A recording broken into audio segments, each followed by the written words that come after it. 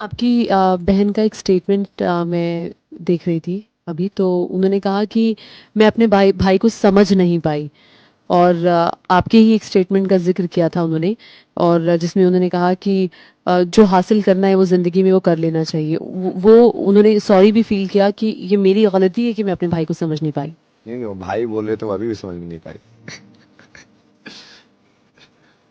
उन्होंने कहा मैं मिलना चाहती हूँ अपने भाई से। हमारा ने पता नहीं क्यों भगाया था। अब मैंने नहीं भगाया, अब बोलो ना हुआ तो पिता का रिश्ता ये सब। उन्होंने लोग क्यों भगाया था? क्योंकि मैं बोलता था मैं भगवान हूँ, मैं कृष्ण हूँ, मैं युग परिवर्तन करने के लिए आया, मैं वही राम हूँ। तो देखा तो उन्होंने तब भी नहीं था मेरा सच। देख तो अब भी नहीं रहे वो। ये सब अब फेमस हो गया हूँ इसलिए वो भाई बहन बन रही है अब। हम अपने जीवन की बात बताएं, हमें कभी रोना नहीं आता। मतलब ऐसी स्थिति चलना मुश्किल था, मुझे आश्रम से निकाल दिया गया। तो मैं उस आश्रम की महंत के पास जब गया, कहा आओ महाराज, हमने कहा सुना है आपने हमारे लिए खबर भेज दी है कि आप निकल जाइए, तो अपराध बताइए। उनका कोई नहीं।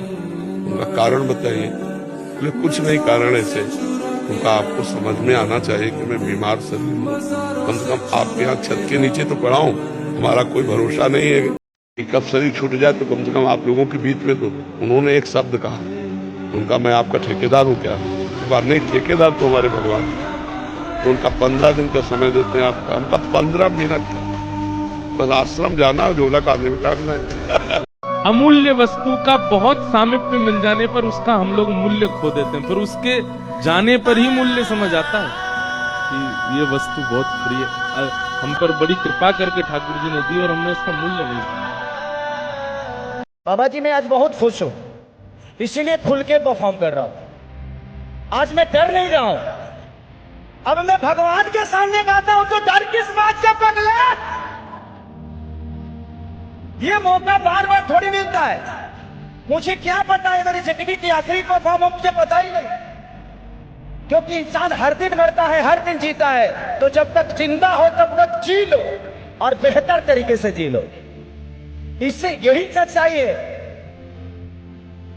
और जब तक जिंदा हो ना, किसी से झगड़ा हो तो प्यार आधे घंटे के अंदर बना लो, नहीं तो मरने के बाद सिर्फ अफसोस होता है कि काश उससे बात कर लिया होता है। यार तो जिंदगी में हमेशा मोहब्बत बढ़ाइए, भूल जाइए कि इसने मुझे क्या कहा, उसने मुझे क्या कहा।